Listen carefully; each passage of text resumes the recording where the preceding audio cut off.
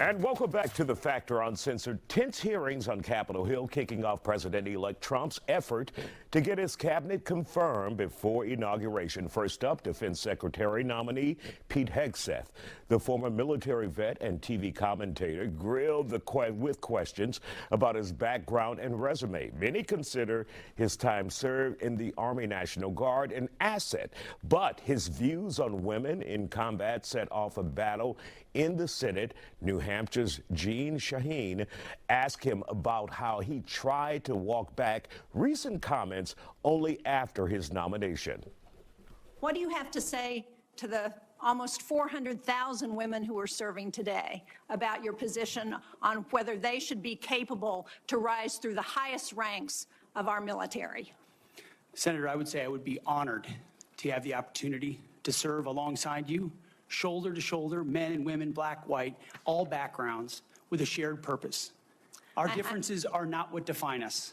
Our unity and our shared purpose is what define us, and you will be treated fairly and with dignity, honor, and respect, just like every man and woman in uniform, just like the men and women that I've worked with in my veterans organizations, to include when I was a headquarters and headquarters company commander in the Minnesota National Guard. Well, I appreciate your 11th hour conversion.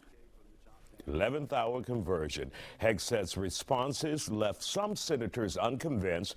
Joining us to talk about it tonight, Dr. Dietrich von Biedenfeld from Houston Community College and Dr. David Branham from the University of Houston downtown. Dr. Branham, first of all, should he be up there? Your thoughts, your opinion? He's unqualified in a lot of areas that we expect qualifications.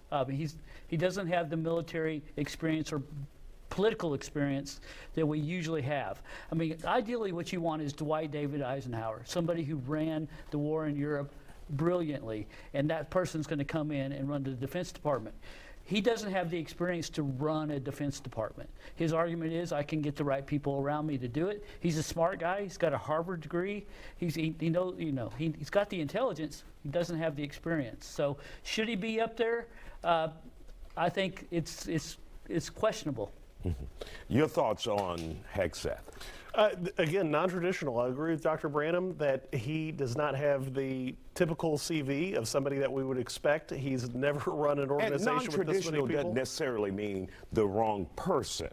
Absolutely not, except for many areas of character. But as Senator Mullins of Oklahoma pointed out, which of these senators can say on a Bible that they haven't had an affair, that they haven't been divorced, that they have maintained a perfect credit score? Most of them have pretty poor financial track records, and then they're entrusted with the budget of the entire United States, and he's just going to be tasked with a single cabinet level department. So in that sense, this combat between the colonels, Duckworth and Ernst, for example, really highlights some of the areas where he's presented well in the hearings and demonstrated that maybe he is willing to walk towards the middle and say, when I said these things about women, when I said these things about DEI, I was just talking about meritocracy. I wasn't specifically talking about individuals, and that gives him a lot of strength.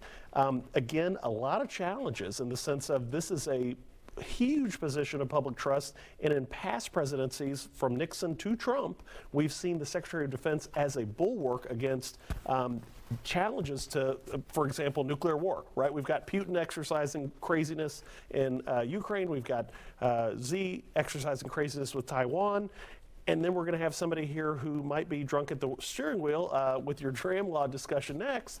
So somebody drunk at the wheel, maybe hitting on the people like Petraeus, may be dangerous. All right, and Dr.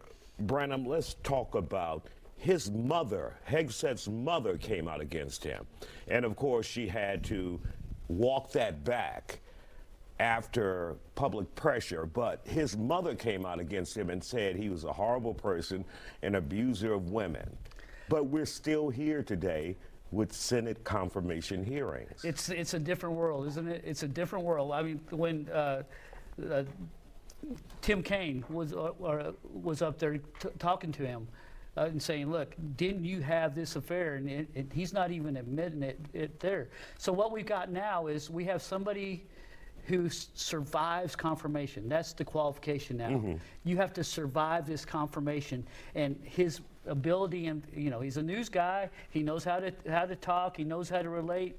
That's become his big asset here. It's not his experience. It's not that he knows how to run $1 trillion a year budget, which he's going to have. He knows how. Does he know how to have a clear audit? No, he doesn't know how to do that. What he knows how to do is he knows how to fend off the Tammy Duckworths of the Senate and say, okay, this is what I have to say, and it sounds good. So he's got Joni Ernst, it looks like. So my guess is he's going to get the And we have confirmation. 10 seconds. Is this about fear of Trump that many Senate Republican senators will 100% vote? with Ernst with the 26 primary. I encourage your viewers to read H.L. Mencken's quotes about democracy, and that will warn them about some of the challenges of presentation over substance. All right. We want to thank you both for joining us here tonight.